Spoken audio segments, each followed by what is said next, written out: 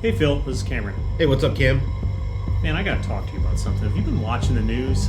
Dude, what is going on?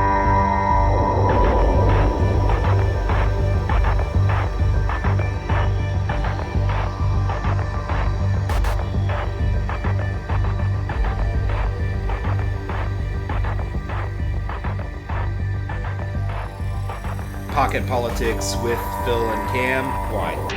Why are we doing this? I think it's gonna matter. The only thing they want to talk about is guns and abortion. My own views, I want to see the Republicans get away from the social issues. I'm not saying that Republicans are idiots.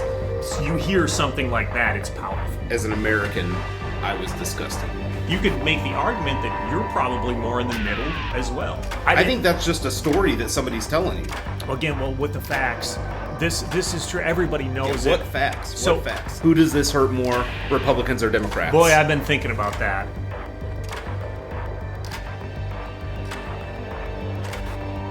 Welcome back to Pocket Politics. Cam, how are you doing today? I'm doing well. How are you? Pretty good. You want to run through what we're going to talk about today? Yeah, I will. We've got some news coming out of Chicago on Lori Lightfoot. We've got some COVID news where we're going to talk a little bit about the origins of COVID and how that's still kind of a mystery and people are trying to solve it. We got some information on some bills coming out that are coming from Congress here. Also, we've got some news on CPAC, and we've got some news along with the retreat from the Club for Growth that ties right along with it. We've also got some news. Marjorie Taylor Greene is out there promoting this idea of a national divorce. We've got a little bit of news coming out of Texas, specifically on Texas Congressman Tony Gonzalez. And then we've got some information on some races and some politicians, Michigan Senate race, and also a little bit of information on Larry Hogan, former governor of Maryland. With all of that being said here, Phil, why don't we get started? What do you got on Lori Lightfoot? Yeah, so the controversial or somewhat controversial Chicago mayor basically has been beaten out in the race to continue her tenure as the mayor of the city. So she garnered a very small percentage of the vote, and now it's looking more and more like we will definitely have a new mayor of Chicago. We've got two candidates that got a heavier percentage than her. Paul Dallas, who was in the lead, garnered the most of it, and Brandon Johnson. We could talk a little bit more about each of them as we go through, but is this just a referendum on the job she did as the mayor? I think it probably is. But I will say this, she's always been kind of unpopular. I mean, I was looking back through kind of her time, and it looks like she never really has, like I said, has been all that popular there. I mean, I just, you said it earlier, Phil. I mean, as far as, her not getting much vote, I mean, she only got 17% of the vote this past week. I mean, that's low. A February Echelon Insight poll had her with only a 27% approval rating, job approval rating to 66% that disapprove of her. I mean, I think voters just had never really warmed up to her. I know she's done things there in Chicago that people liked. She's done some things, obviously, that people didn't like. She's had the crime issue that has hurt her in Chicago. I mean, I think voters just want to see a change there, and Lori Lightfoot is about to become the first one-term mayor of Chicago in 40 years.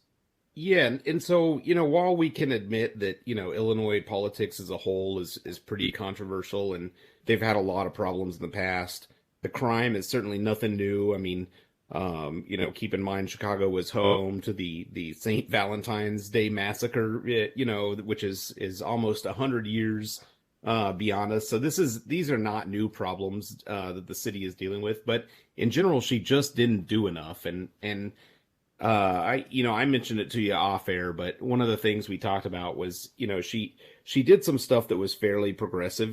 She raised the city's minimum wage to $15 an hour, but in what I would say is a really weird move, she excluded all the tip workers, right? Which basically includes people in the restaurant industry and food service and stuff out of that raise. And therefore, what I would say is probably expected, that huge portion of the voting bloc and the economy there in Chicago just turned their back on her because she left them out of a minimum wage hike. So, I would say, again, she just didn't do enough, but she also wasn't very thorough. and we talk about chunks of the voting bloc, that she had lost the support of the two largest unions in Chicago, the police union and the teachers union.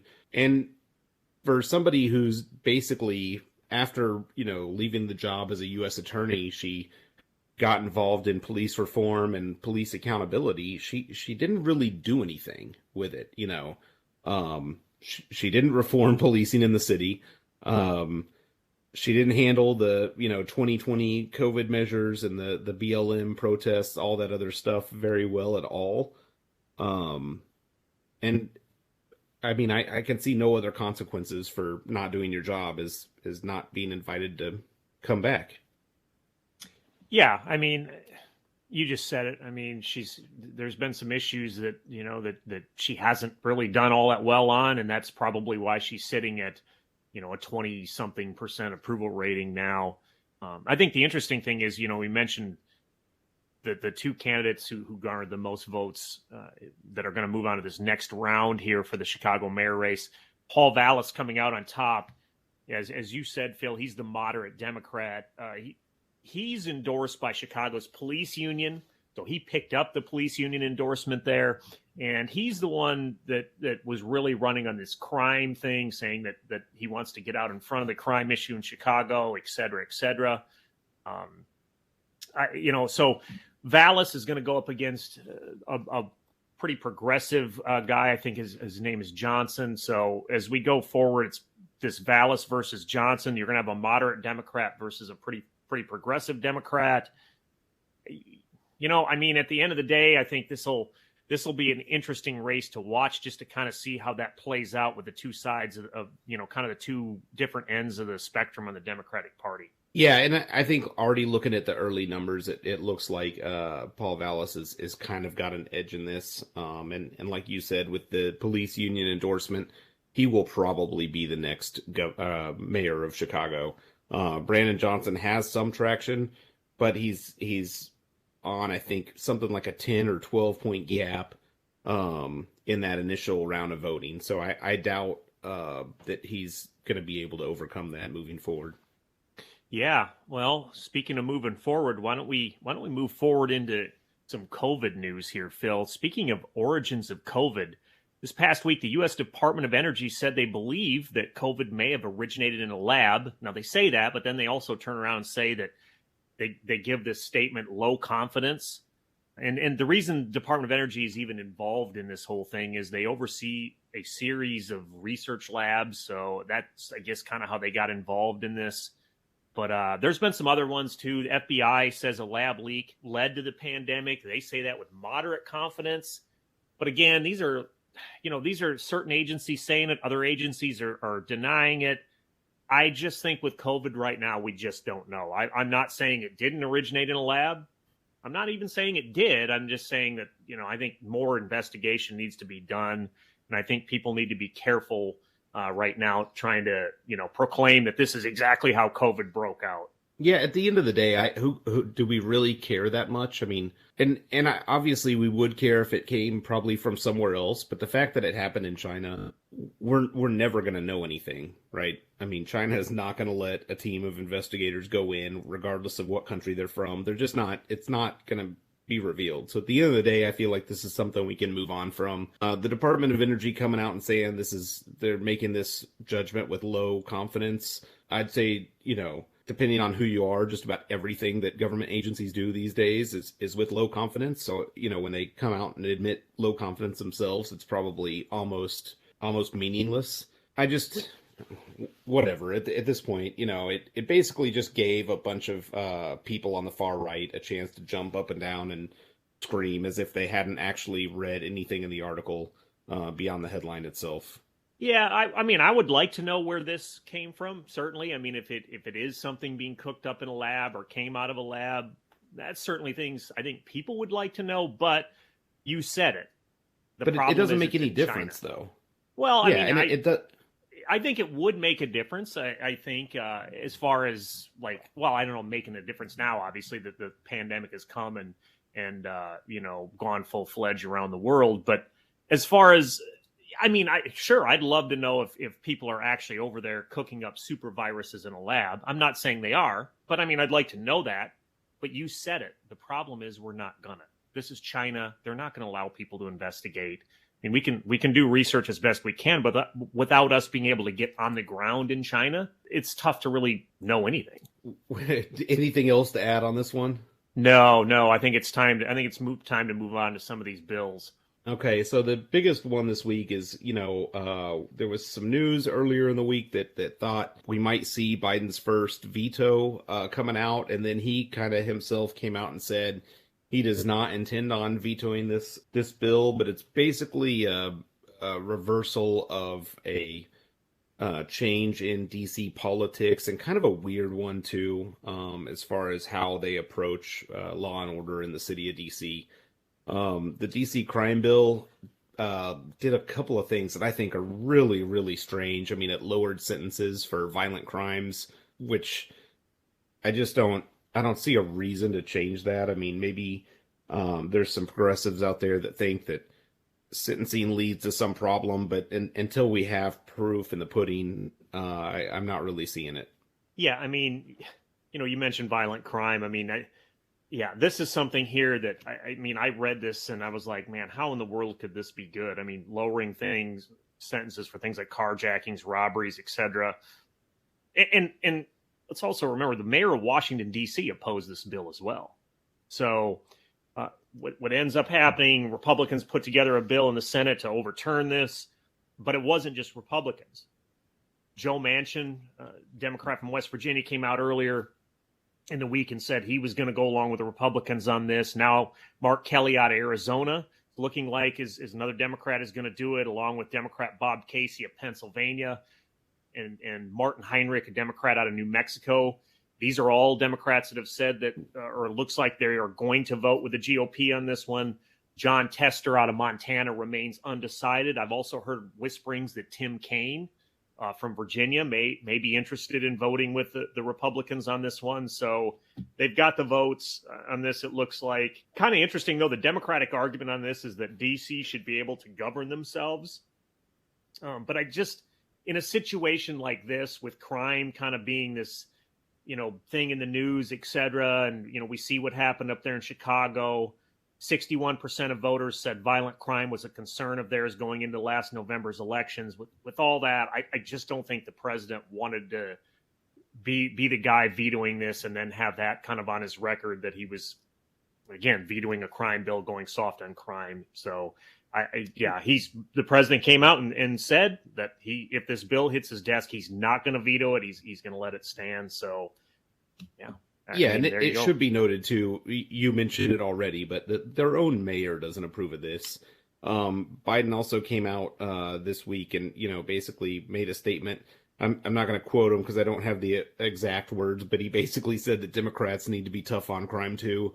We talked about lowering the sentences for different violent crimes and such, but it also did some really weird things. So I don't know if you saw this, but there was a snippet in there that said that it was going to force some misdemeanor crimes to go to jury trials. I saw that, yeah. Which to me is just a strange move. A lot of experts basically said that this would inundate any court system from being able to function around the country because they would be overwhelmed with having to do jury trials for misdemeanors. This stuff, this makes me want to ask, who thought of this? Who came up with this idea and said this would be a good plan? Because it certainly doesn't seem like there's much support anywhere for this. I feel like the Democrats that would vote for this are just voting for it because somebody asked for it. You know what I mean? Yeah, and it's interesting too. Now that the president has come out and said that he's not gonna veto this bill, I wonder if maybe some more Democrats will back the bill, maybe seeing it as a political move on their part to show their voters that, see, I was tough on crime myself. Again, I don't know. I'm just speculating on all that. But nevertheless, it is. I'm with you, Phil. I don't know how this was good. And when the mayor of Washington, D.C. is not backing this, I don't think I don't think it was good. And honestly, I think it was kind of a no-brainer for the president. I don't think he dared veto this bill. Yeah, and I mean, I just can't say it enough. I mean, maybe there's some version of a reform for DC crime that could take place that does make sense, but this was certainly not it. You know, there were so many things, like I said, in this bill that just didn't seem productive or that anybody really wants this. I'm honestly confused at how it got to the position where it's at now, you know. Yeah, I am as well. I guess with that bill being discussed, there's another bill that's made its way through the House and Senate here this past week. They're calling it the anti-ESG bill. It made its way through the House 214 to 206. Democrat Jared Golden joined the Republicans in passing it. In the Senate, Joe Manchin, John Tester joined the Republicans to pass the bill. Basically, and I'll admit, I don't really fully even understand this bill, but if I'm reading it correctly, it says that investors, money managers can factor in climate and social issues when making decisions on retirement accounts. But I don't know that it says they have to. Just I guess I'm trying to understand what it means, can factor. Phil, can you kind of elaborate on that? Yeah, so it wasn't even a law that the president put into place. It was basically an executive order, which means very much so that it's more of an initiative. And it just said that when handling retirement accounts and 401ks and the such, that these investors can do exactly what you said, which is factor in environmental and social style investments.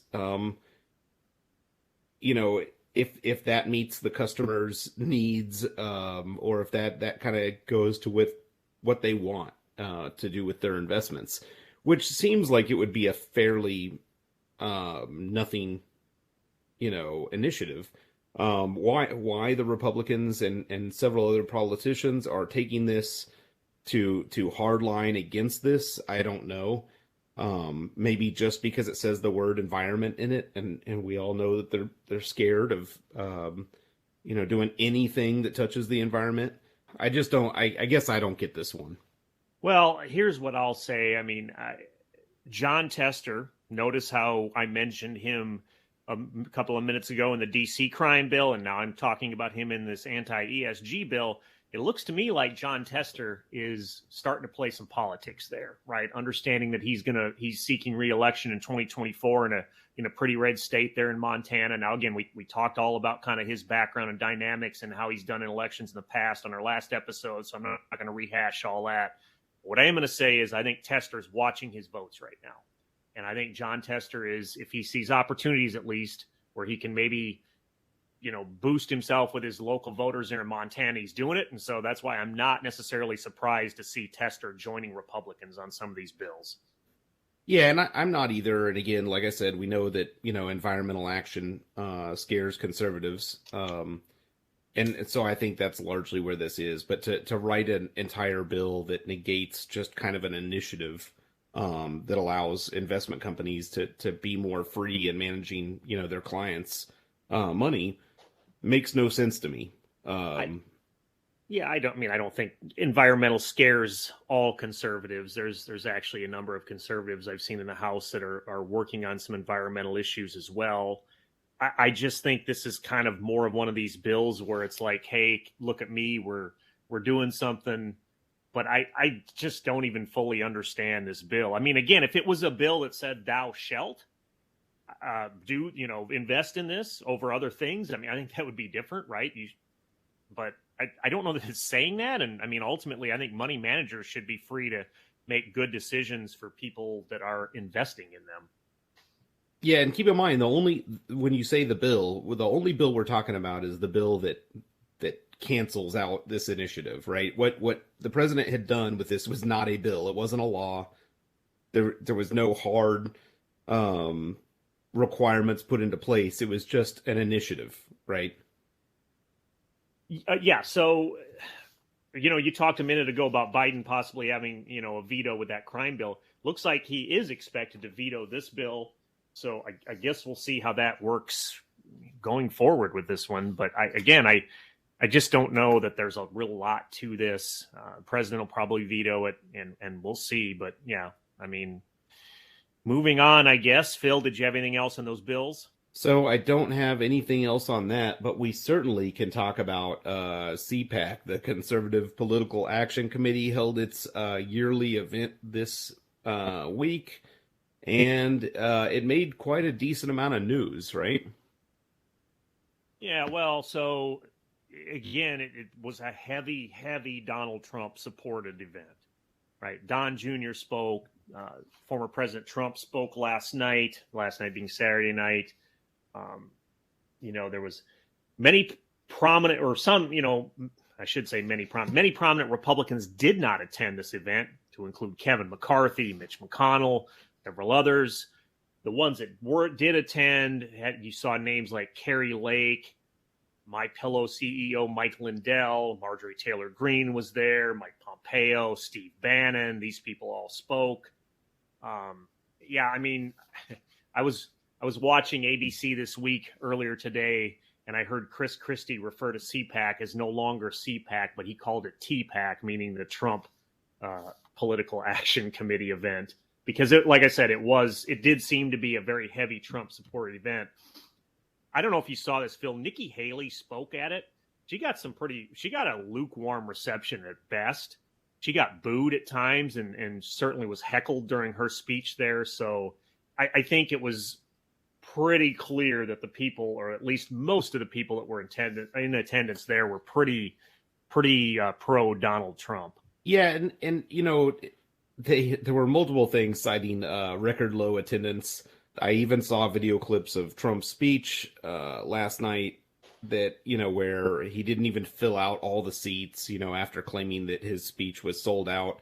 Another notable thing was that last year they brought in Viktor Orban, right? The semi-authoritarian kind of Putin supporting president of Hungary. This year, do you know who they brought in? Which international star? No. It was Brazilian coup leader Jair Bolsonaro. Oh. So he had the chance to go give a speech, and then all of this is happening on the back of the sexual assault allegations of the head of CPAC, Matt Schlapp. Yeah, I think there's a couple things here to take away is that Ron DeSantis, other prominent Republicans wouldn't participate in this for various reasons. One, including that they would have probably gotten tossed out by the Trump supporters, right? Because, as you mentioned this is more like TPAC than CPAC. And, conveniently, they all had a place to go that was not CPAC this year. You want to talk a little bit about that? I will. Before I transition to that, I will say, Phil, you brought up Matt Schlapp. I did hear some people were placing some of the blame on him for that lackluster performance, or lackluster lineup, I should say, lower attendance. So you kind of mentioned it too, right, with him being sued for the whole sexual assault allegations.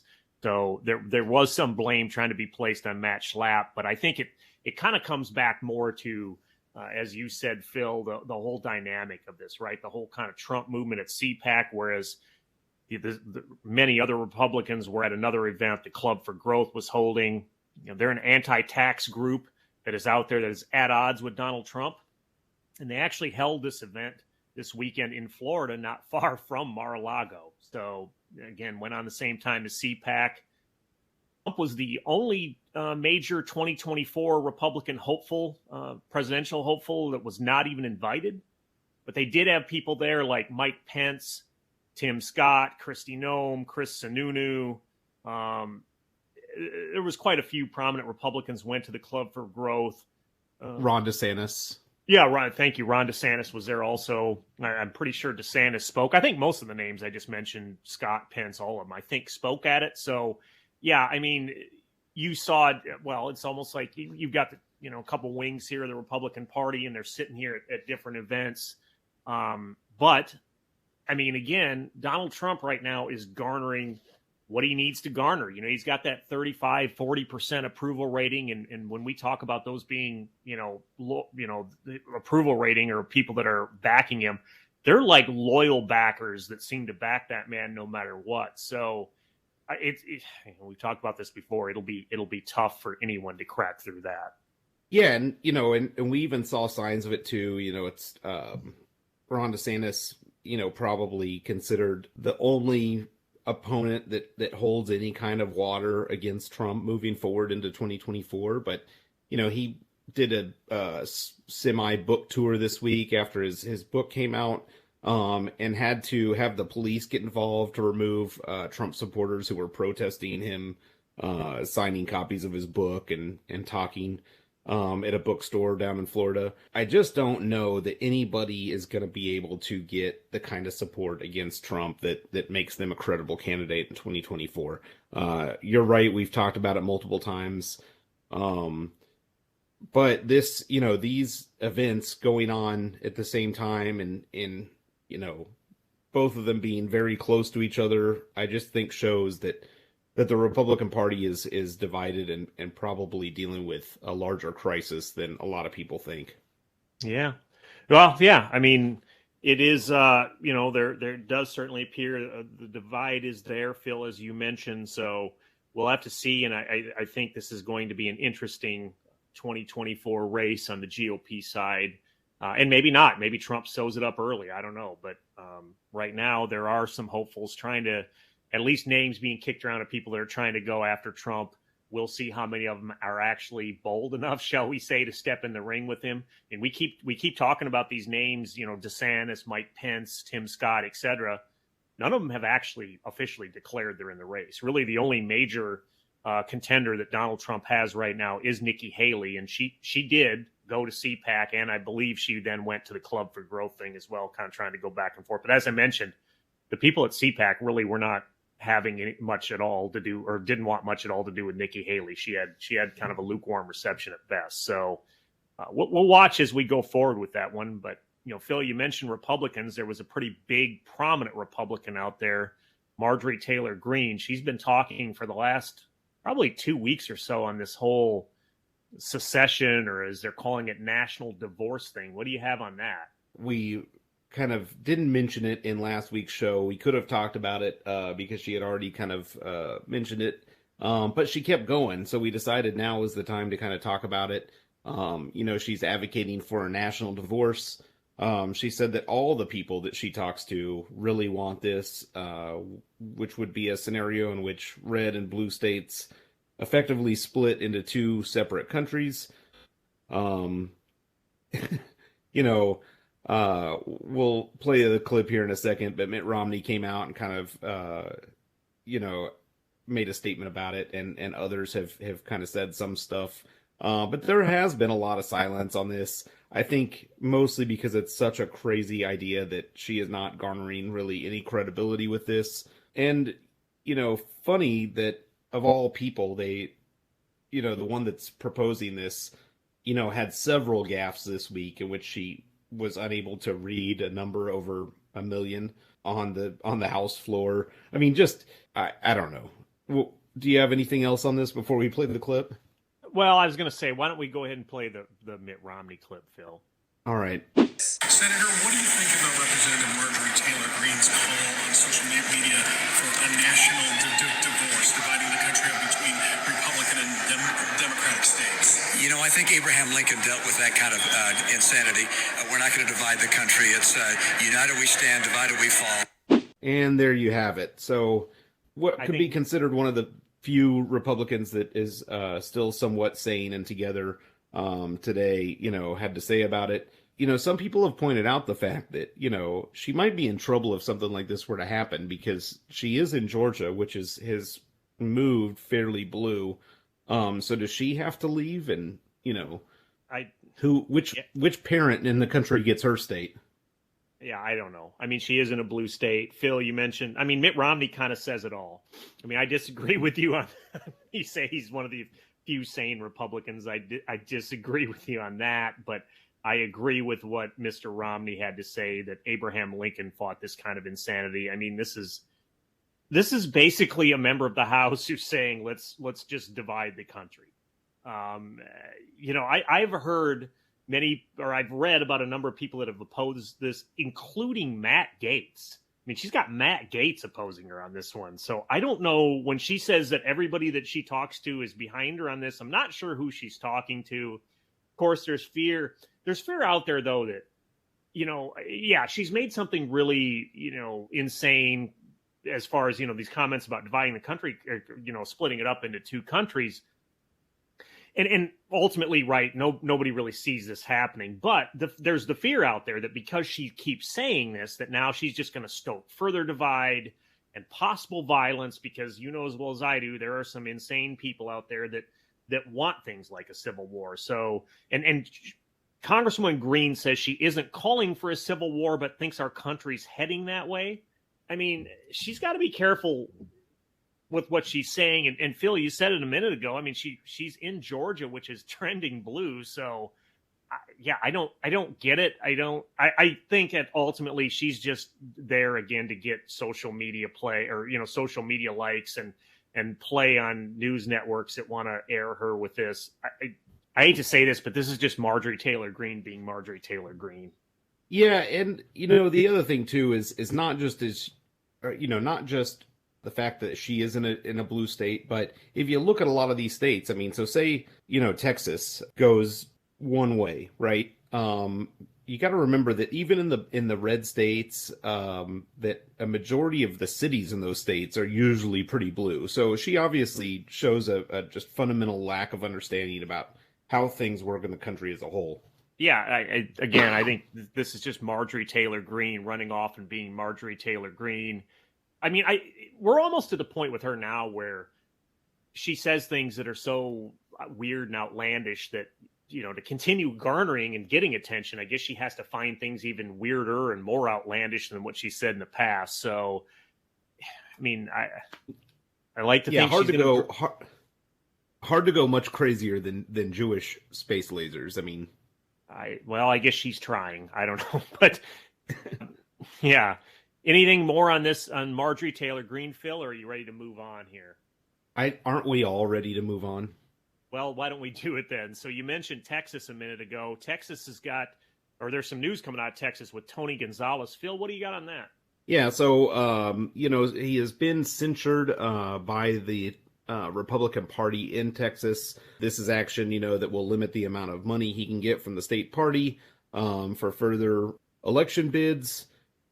Could probably be very damaging to him, but I don't think we would typically talk about something like this because it's not, the Republican Party as a whole censuring him, but because he is a retired Navy Master Chief, we feel like it's incumbent upon us to mention it. They are largely mad at him because of the way he voted in a couple key bills. In the wake of the Uvalde shooting, he voted along the lines of some bipartisan gun support that was passed.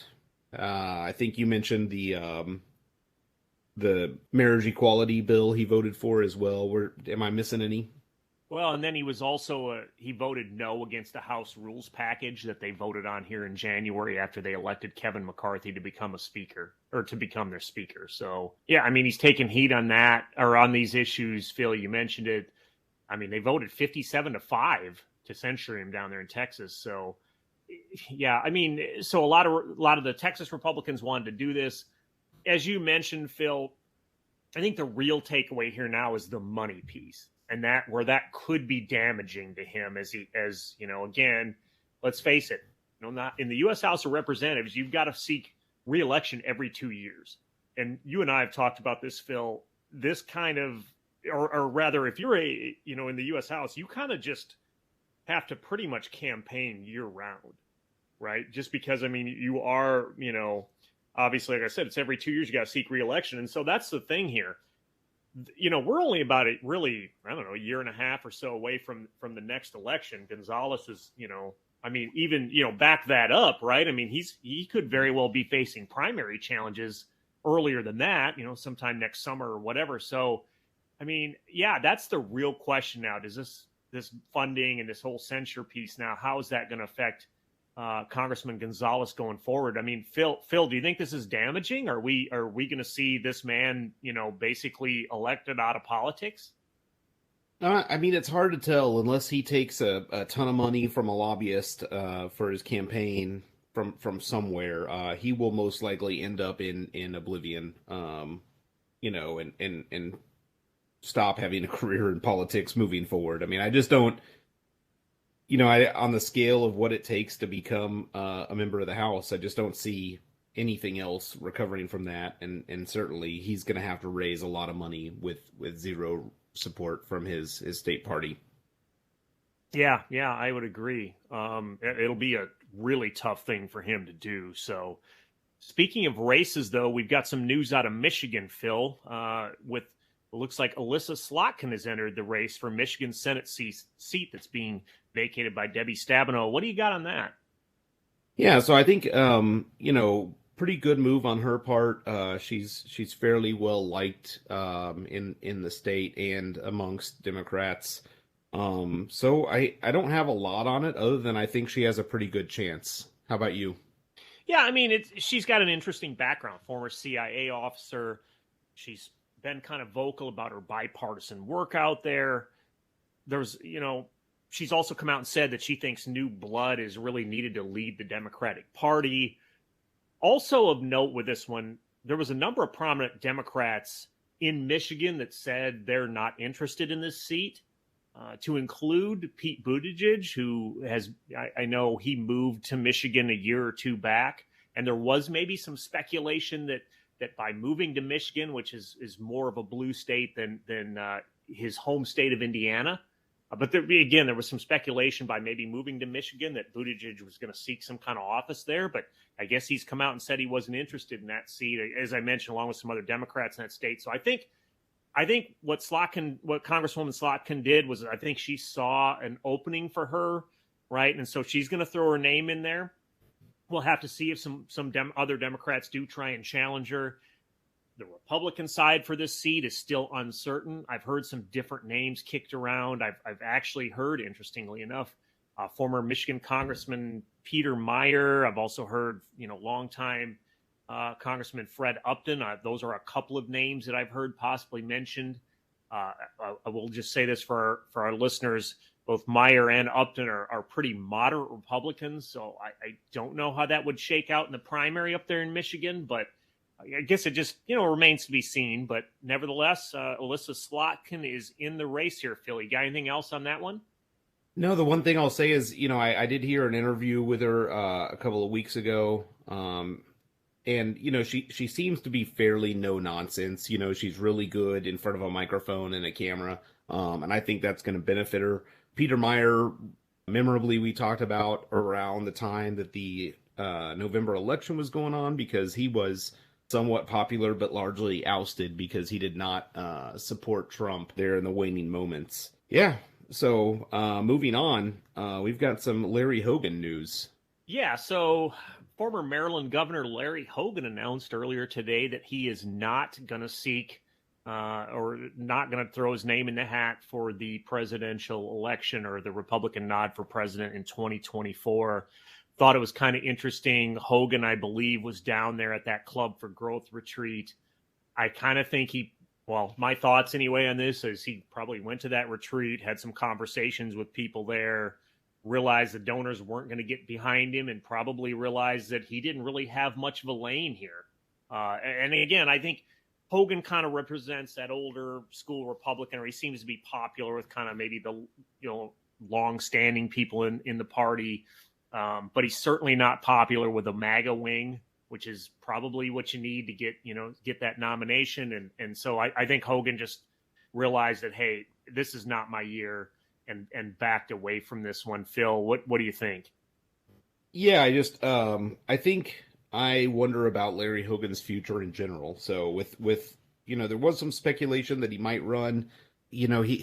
What is he doing? What's he going to do next? I mean, that's my biggest question. His time as governor is over, and we thought this may have been a path to something new. Is this guy going to disappear, or? That's a good question, Phil. I don't know that he disappears entirely. I mean, I don't know that he's going to be around politics much, at least in the near future, just because, as you mentioned, I mean, he did his time as governor in Maryland. And by the way, he was a very, very popular governor. being a Republican in a pretty blue state there in Maryland. So he had a lot of people in his home state that liked him, whether Democrats, Republicans, etc. So there's a likability factor there with Larry Hogan. But yeah, I mean, I don't know what else the guy does right now. I mean, I don't know. Maybe he ends up on cable TV. I mean, he could possibly be, pick a network out there. Maybe he ends up on one of those. Maybe we start seeing him as a regular on Sunday morning talk shows. I don't know. I mean, maybe he gets into that and realizes he just kind of likes doing the talk shows, and it's a lot less stress than trying to run for election or try and be elected into some kind of elected office, etc. So I don't think he disappears entirely. I think we see him hanging around cable news, but I don't think we see much of him politically for a while. I'll say that. Yeah, I would agree with you. I don't know that he's gonna emerge, but I don't see I don't see any opposition to what you mentioned was him kind of turning into a political pundit and appearing on TV shows. I mean, again, he's another one. He's pretty good in front of a camera and a microphone, so maybe that's the route that he takes. We will see. But with that being said, we're actually doing pretty good on time today. I just want to encourage all of our listeners to, if you get a chance, go check us out on social media. Obviously, thank you for your continued support listening to the podcast. And you can link to everything that we have from pocketpolitics.co, which is our website. But we appreciate the support and, and kind of interacting with us on social media and other ways as well. So hopefully we're going to have some more interviews coming up in the future. We're trying to work out the details with those. But again, we appreciate the support, and please, if you go buy that stuff, like, subscribe, hit all the buttons and everything, because it really helps us out. Yeah, definitely. We love it when our listeners engage with us and all that kind of stuff. So yeah, I think we've had a good another good episode this week, Phil. I think it's time for our parting shots here. You want me to start us off with our parting shots? Yeah, go ahead. You got a pretty crazy one this week, right? I do. So my parting shot this week will go to the state of Nebraska, where 2 Nebraska men have allegedly killed a bald eagle and plan to eat it, of all things. So dig in on this one a little bit more. So a Nebraska sheriff's officer, I should say, cited 2 men for allegedly hunting a bald eagle with the intention of cooking and eating our national bird. The Stanton County, Nebraska Sheriff's Office said it responded to a report of a suspicious vehicle at the Wood Duck Recreation Area in Stanton County in eastern Nebraska at approximately 4 p.m. on Tuesday, where law enforcement found 2 men that were in possession of a dead bald eagle. And not only did they say that they had shot it, these 2 men, who are Honduran nationals, said they had not only shot and killed that bird, but also wanted to cook it and eat it. Now, I'll just say this. I mean, aside from the whole thing about shooting the national bird and as protected as eagles are, there's all the crime, or there's all the penalties and such you're going to have to deal with that. But then to turn around and say you want to eat the thing, I don't know. I mean, there's plenty of birds out there that are good eating.